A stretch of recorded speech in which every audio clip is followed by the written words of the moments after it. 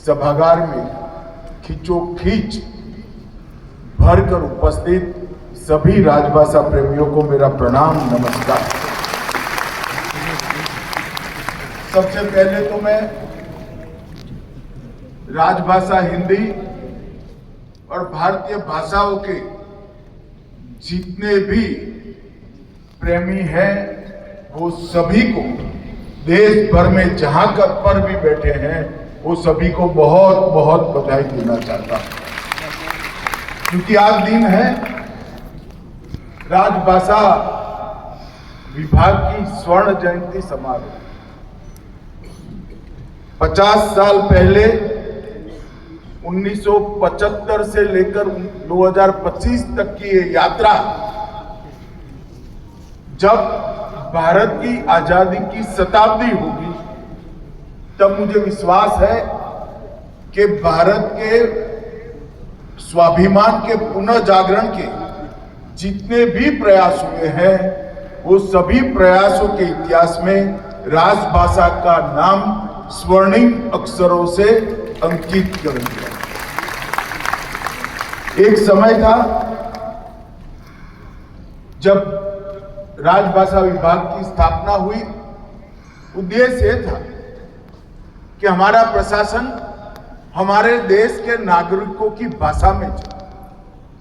देश का एक आम किसान, एक मजदूर, एक छोटा सा बच्चा और बड़े से बड़ा व्यक्ति समझ पाए ऐसी भाषाओं में हमारा प्रशासन चलना चाहिए। और इन लोकतंत्र के मूल उद्देश्यों में शामिल है कि देश का प्रशासन देश के लोगों की भाषा में होना चाहिए। और एक प्रकार से भारत के आत्मसम्मान को जागरूक करने के लिए भी भारतीय भाषाओं का उपयोग प्रशासन में हो, ये बहुत जरूरी है। क्योंकि कोई भी देश अपनी भाषा छोड़कर अपनी संस्कृति, साहित्य, इतिहास और जीवन के संस्कार, समाज जीवन के संस्कार उसको चिरंजीव नहीं रख सकते। भाषा का पूरे देश में सम्मान हो, इसके लिए हमारी सरकार ने कार्य किया।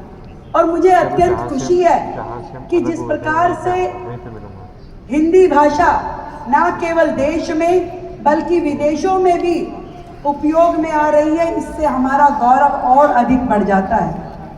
किसी भी देश की मौलिक सोच और सृजनात्मक अभिव्यक्ति का सही मायने में यदि कुछ माध्यम है तो वो भाषा होती है।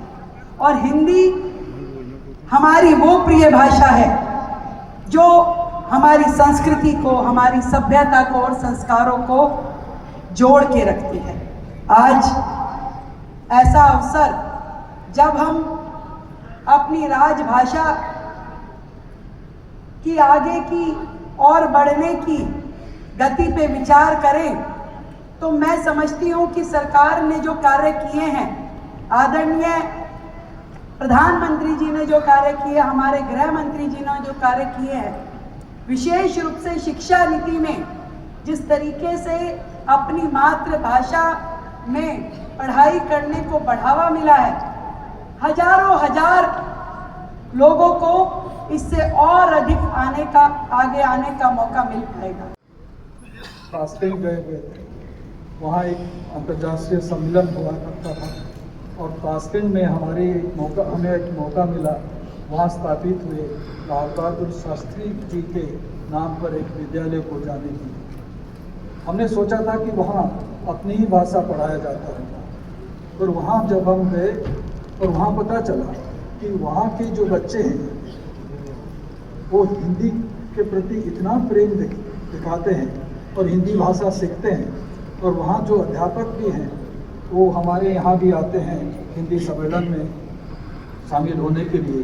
ये बहुत अच्छा लगा। इसी हिसाब से दूसरे राज्यों में, दूसरे राष्ट्र में भी हिंदी भाषा का प्रयोग